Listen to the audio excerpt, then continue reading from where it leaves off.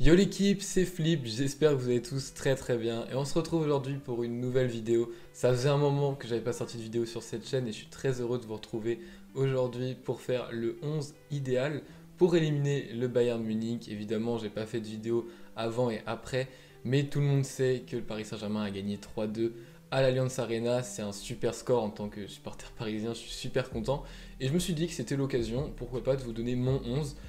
Justement pour finir le travail, pour venir éliminer le Bayern Munich, le grand favori de la Ligue des Champions. Évidemment, il y a aussi Manchester City, mais ça serait déjà un grand pas dans cette année et surtout un exploit. On va pas revenir sur le match aller, en tout cas pas complètement, mais ce que je vais faire, c'est vous donner mon 11 pour mardi prochain, pour venir au Parc des Princes à domicile, venir éliminer le Bayern Munich.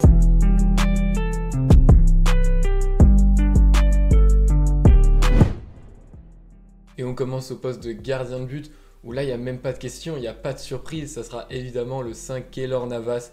Il est titanesque depuis quelques semaines. Et enfin, c'est déjà un grand gardien depuis très longtemps. On le savait au Real Madrid avec ses 3 Ligues des Champions. Mais en Ligue des Champions, en Ligue 1, il a sauvé tellement d'actions. On ne peut rien lui reprocher. Il est incroyable. C'est quasiment l'homme du match à chaque fois. Donc évidemment que Navas sera notre gardien. Et on espère encore un grand match de sa part. Il a fait tellement d'arrêts au match aller, sans lui, évidemment, qu'avec un Areola, avec un Trapp comme on en avait avant, on aurait pris tellement plus de buts au match aller.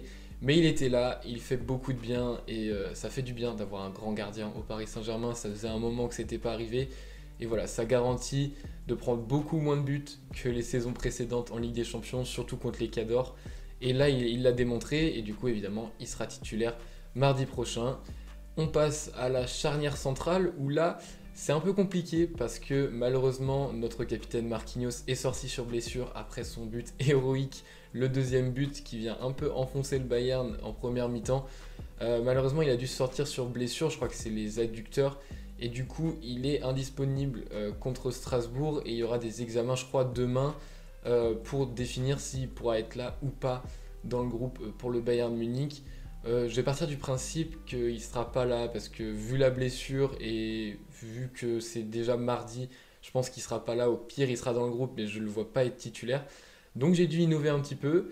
Il y avait le choix entre Diallo aux côtés de Kimpembe, évidemment qu'on laisse ce soldat Kimpembe, le deuxième capitaine maintenant qui avait pris le brassard contre le Bayern après la sortie de Marquinhos. Évidemment qu'on laisse notre guerrier Kimpembe. Il y avait le choix entre 2-3 joueurs. On aurait pu mettre Kerrer, mais bon, en défenseur central, je vous cache pas que j'ai très peu confiance. C'est aussi le cas à droite, mais on y reviendra après. On aurait pu mettre Diallo, évidemment, parce que c'est un défenseur central de formation. C'est lui qui a suppléé quand Marquinhos était blessé en début de saison. Mais c'est pas le choix que j'ai fait, parce que pour moi, Diallo ne doit pas jouer en défenseur central, il doit jouer à gauche. On y reviendra juste après avoir parlé du joueur que je vais placer donc juste ici aux côtés de Kimpembe. C'est un choix fort. J'ai décidé de se refaire descendre Danilo, qui jouait pas mal défenseur central sous Thomas Tuchel, et qui m'a plutôt convaincu au match aller, même si évidemment son match n'est pas incroyable, ça reste un milieu défensif qui vient suppléer en défenseur central, et évidemment que Diallo est une bien meilleure solution, mais c'est là qu'on en arrive au défenseur gauche. Pour moi, tu peux pas te permettre de mettre Bakker, parce qu'il a totalement pris l'eau en deuxième partie du match. Tu peux pas te permettre de mettre Kurzawa, même si je crois qu'il revient de blessure. Là, tu peux pas. C'est juste catastrophique ces derniers matchs. Donc voilà, c'est là que j'ai décidé de mettre Diallo à gauche parce que pour moi, c'est beaucoup plus solide. Je pense qu'il fait totalement le taf à gauche et je préfère sécuriser les couloirs. On sait qu'il y a des assauts, que ce soit de Sané ou de Coman, qui font très mal sur les côtés, même de Pavard et Davis, qui sont les latéraux, qui font très mal. Et du coup, je préfère sécuriser ces couloirs-là en mettant Diallo à gauche plutôt que Kurzawa, plutôt que Bakker. Et Danilo qui, je pense, peut faire le taf en défenseur central. C'est le choix que je décide de faire puisque Danilo, malheureusement, je voulais le mettre au milieu de terrain au début. Mais finalement, j'ai décidé de mettre un autre joueur. On y reviendra juste après. Au poste de défenseur droit, encore une fois, très compliqué puisqu'on ne sait pas encore si Florenzi sera de retour ou pas. On ne sait pas encore s'il sera remis bien ou pas du Covid. Donc, pour le coup, mon premier choix est évidemment Florenzi. Bon, ça reste le plus fiable des trois entre Florenzi, Dagba et Kerrer. Mais pour le coup, on va essayer de rester réaliste et je pense qu'il ne sera pas là. Au mieux, il sera dans le groupe, mais il n'aura pas la forme nécessaire pour commencer ce match. Donc on a le choix entre Dagba, qui a joué le match aller, et Kirer, qui n'a pas joué du tout, mais qui ne joue pas en plus depuis un petit moment. Personnellement, je suis pas un grand fan de Dagba, je l'ai dit sur Twitter dernièrement, juste avant le match. Et finalement, il a vraiment pris l'eau au match aller sur son couloir droit face à Coman. C'était vraiment très très limite. Heureusement que la défense centrale et que le Navas a fait le taf derrière. Mais clairement, il a pris l'eau. Il n'a pas été capable de contenir les assauts sur le couloir droit. Et c'est pour ça que personnellement, je tente Kehrer. Je pense que Thilo est capable d'apporter un surplus défensif, même s'il est totalement à la ramasse mentalement depuis un certain temps. On sait qu'à Paris, voilà, c'est un peu fini. Mais je pense que tu as besoin quand même d'une personne qui sait défendre. Il va pas apporter offensivement, c'est sûr. Mais bon, c'est pas ce qu'on demande dans un match comme ça. Là, on ne demande pas à avoir la possession, on ne demande pas à avoir des latéraux qui se projettent, on demande à avoir de la solidité défensive derrière. Et je pense qu'avec Kehrer et Diallo, c'est déjà beaucoup mieux qu'avec Bakker et Dagba, qui en plus sont jeunes et vont pas avoir l'expérience, même si Kehrer est évidemment jeune aussi, mais qui vont avoir moins d'expérience et du coup qui vont moins bien défendre. Je pense que Kehrer peut apporter un petit peu plus que Dagba. Au pire des cas, j'ai envie de vous dire, s'il prend l'eau, tu fais rentrer Dagba. Mais pour l'instant, je commencerai avec Kehrer. Au milieu de terrain, on va rester sur le système qui est en place depuis que Pochettino est là, c'est-à-dire le 4-2-3-1, le 4-2-4, enfin c'est plus un 4-2-3-1. J'ai donc décidé évidemment de remettre Gay, qui fait un match aller incroyable. C'est le Gay du Real Madrid, voire mieux. C'était vraiment quel match de Gay, il était là, quel volume de course, une bonne récupération, une bonne projection. C'était ce qui lui manquait pas mal, cet apport technique par rapport à ses coéquipiers comme Verratti, comme Paredes. Évidemment qu'il n'apporte pas autant, mais depuis que Pochettino est là, il a su se renouveler et je trouve qu'il apporte aussi sur les offensives et c'est ce qu'on peut lui demander également. Donc voilà, une qualité de projection qui est en hausse, c'est bien, ça fait plaisir de voir Gay à un très bon niveau. Et donc évidemment que je l'aligne face au Bayern Munich en espérant qu'il nous ressorte un match comme au match aller. Et à ses côtés, j'ai décidé non pas de mettre Danilo parce que c'était mon premier choix, mais finalement de mettre Paredes. Je ne voulais pas aligner Paredes face au Bayern. Je sais que c'est un joueur qui, face à un pressing très fort, a tendance à être fantomatique. On se rappelle du match retour. La différence entre le match aller et le match retour contre le Barça. Le match aller, le Barça ne met pas de pression, le Barça laisse jouer, Paredes fait un match incroyable. Le match retour, le Barça fait un pressing. Et puis évidemment, Paredes se trouve, passe à côté de son match. Et c'est là la différence entre le grand Paredes et le mauvais Paredes. Et c'est pas un mauvais Paredes qu'on veut voir évidemment contre le Bayern. Et donc j'ai hésité à l'aligner, mais je me suis dit que dans des transitions rapides, si on reprend le jeu qu'on a fait la semaine dernière, enfin en début de semaine contre le Bayern, c'était des transitions rapides, des contre-attaques, et tu as besoin d'avoir une qualité de passe au milieu de terrain comme ça qui peut briser une, deux lignes, qui peut trouver Neymar, qui peut trouver Verratti, qui peut trouver Mbappé, voilà, qui peut apporter offensivement très rapidement. Draxler l'a fait, mais je pense pas qu'il sera titulaire au match retour, on y reviendra juste après pour l'attaque, mais voilà, tu as besoin d'un Paredes qui en plus est très complémentaire avec Gay. On se rappelle de Dortmund l'année dernière, un match qui avait été plutôt convaincant, mais même l'été dernier, il y avait eu une bonne liaison entre les deux. Donc voilà, c'est un duo plutôt complémentaire, le tandem Paredes-Gay. Et un cran plus haut, je me permets du coup de mettre Marco Verratti qui sera de retour. Lui, c'est confirmé, ce n'est pas comme Florenzi. On sait qu'il sera de retour, on sait qu'il sera dans le groupe, en espérant qu'il soit assez en forme pour commencer le match, parce que Verratti, c'est le meilleur milieu qu'on a évidemment au Paris Saint-Germain, sans trop être objectif évidemment, parce que c'est mon milieu préféré. Mais ça reste un milieu incroyable qui, contre le Bayern, a cette qualité de garder la balle, et on va en avoir besoin parce que si c'est pour subir encore autant d'offensifs qu'au match aller, ça va faire très mal. On a besoin de ce milieu qui peut garder la balle, qui peut un peu contrôler le jeu, et j'aurais pu le mettre dans ce double pivot, mais je trouve qu'il apporte pas mal en numéro 10 parce que Il est là à la réception des passes de Paredes, techniquement il contrôle très bien et il apporte également dans le pressing. Dans le pressing il enclenche pas mal, il fait beaucoup d'efforts sans ballon. Donc je pense qu'en numéro 10 il a plus sa place, il s'est pas mal imposé depuis l'arrivée de Pochettino et j'aime beaucoup ce registre de jeu qui change de Verratti d'avant. Mais ça sera pas le mieux pour garder la balle évidemment. Mais quand tu es recroquevillé dans tes 25 mètres, dans tes 30 mètres, au final, tu te retrouves quand même à la même longueur. Donc, pour les projections offensives, c'est bien parce qu'il sera un peu plus haut. Il pourra faire la liaison entre Paredes et Mbappé, si elle n'est pas faite directement, évidemment, parce qu'on connaît la qualité de passe de Paredes.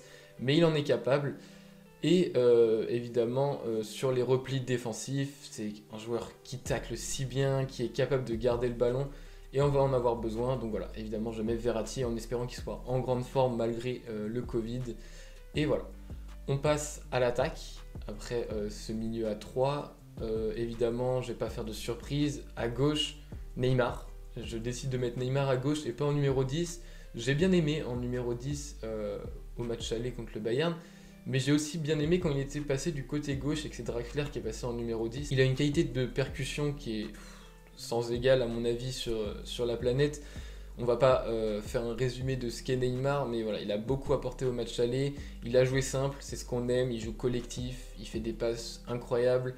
Il n'a pas tant provoqué que ça au duel, et ça a été simple et finalement très efficace. La liaison avec Mbappé était évidemment incroyable. C'est pour ça que je reconduis également Mbappé dans l'axe.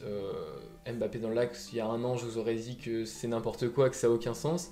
Au final, sa qualité de finition s'améliore. Et puis, tu as aussi cette qualité à prendre la profondeur qu'il avait déjà, évidemment, mais qu'il exploite de mieux en mieux et que ses partenaires arrivent de plus en plus à trouver. Donc voilà, il y a une intelligence de jeu et un jeu simple qu'il a imposé. C'est beaucoup mieux quand il joue comme ça que quand il est sur le côté gauche et qu'il va essayer de dribbler et qu'il perd la balle tout seul. Il fait beaucoup en Ligue 1. Et j'aime bien quand il est en Ligue des Champions et que voilà, il est efficace devant le but. Ça a été le cas contre le Barça, c'est le cas aujourd'hui contre le Bayern. Et c'est ce qu'on veut de Mbappé. On veut un but, 2 buts, 3 buts. Et même si c'est la même formule, une passe en profondeur et une finition clinique, c'est ce qu'on veut de Mbappé.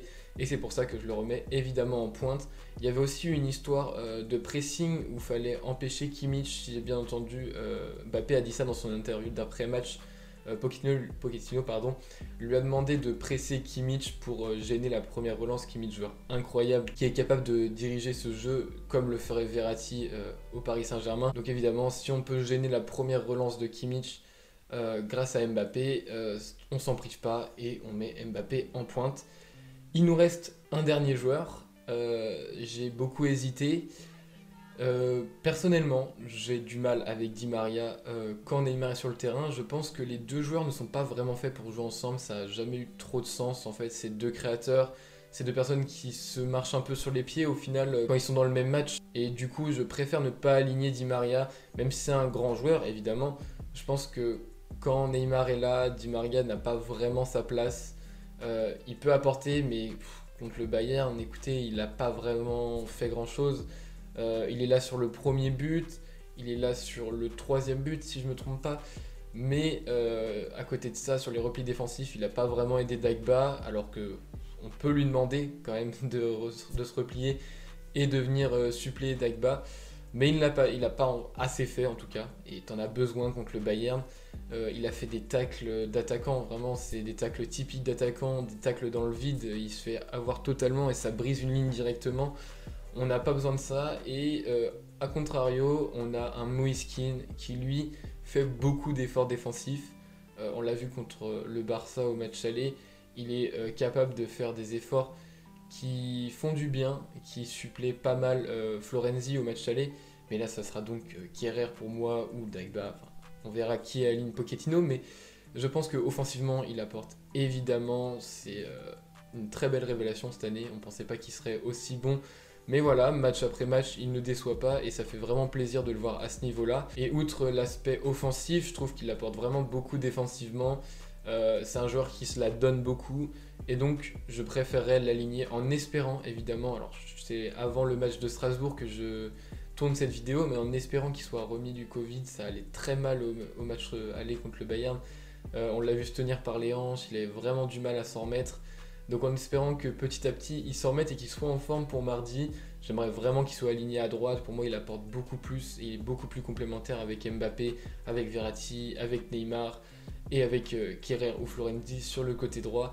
Il a beaucoup plus de complémentarité que Di Maria qui, malgré tout son talent, on ne va pas lui enlever ça, c'est un grand joueur, n'apporte plus énormément ou plus autant depuis que Neymar est là et depuis qu'il y a ce jeu aussi de jouer avec un numéro 10. Donc voilà, je préfère aligner Kean, j'espère qu'il sera en forme, j'espère qu'il sera même titulaire contre Strasbourg, normalement il peut, j'espère que ça ira mieux au niveau du Covid, pardon. Et voilà, on se retrouve avec un 11 qui est capable d'aller chercher cette qualification. Je pense pas que je serai d'avant-match tactique, parce que la tactique au final va rester à peu près la même. Tu peux pas prétendre aller face au Bayern et chercher la possession, c'est pas possible. C'est la meilleure équipe actuellement du monde. Et il va falloir jouer notre jeu, il va falloir jouer les contre-attaques, jouer avec Mbappé. Et là, on a des joueurs comme Paredes, comme Verratti, comme Neymar qui techniquement sont capables d'apporter cette transition rapide. Et puis Mbappé pour la finition, évidemment. Moise Kean, pourquoi pas, qui est capable aussi de se projeter et qui est toujours dans les bons coups. Ça peut apporter également. Donc voilà, je pense qu'on a une équipe qui est capable, clairement, d'aller chercher cette qualification, qui a un but d'avance, qui a 3 buts à l'extérieur. Donc il suffit d'en mettre un et ça sera quasiment réglé. Je dis quasiment parce que évidemment le Bayern est capable d'en mettre 3 à 4, on les connaît. Mais avec Keylor Navas, avec Kimpembe qui est solide défensivement, je pense qu'on est capable d'aller chercher cette qualification. Mais il va falloir marquer à domicile. On n'est pas très bon dernièrement à domicile au Parc des Princes, mais on est capable. Il va falloir se montrer sous notre meilleur jour. Et voilà, j'espère vous retrouver, pourquoi pas dans un débrief d'après-match. Je verrai la semaine prochaine si j'ai le temps, mais bon, étant en vacances, il y a moyen que j'ai le temps de vous faire un petit débrief le lendemain du match. Ça serait vraiment sympa, ça fait un moment que j'en ai pas fait et ça me ferait grandement plaisir. Donc voilà, j'espère vous retrouver dans ce débrief avec une qualification en demi-finale, ça serait vraiment magnifique. Et voilà, je pense que j'ai tout dit dans cette vidéo. Je m'excuse pour l'absence des 2 mois. J'ai pas vraiment de raison, voilà, j'ai des cours à faire, j'ai pas spécialement le temps et des fois pas spécialement la motivation. Là voilà, j'ai eu un regain de motivation, donc je suis très content de revenir sur la chaîne en espérant que ça dure. Ça dure rarement longtemps, mais en tout cas, ça me fait toujours plaisir de vous retrouver. Donc voilà, on se retrouve pourquoi pas dans la semaine en espérant une qualification. Et puis sur ce, je vous dis à la prochaine pour une nouvelle vidéo.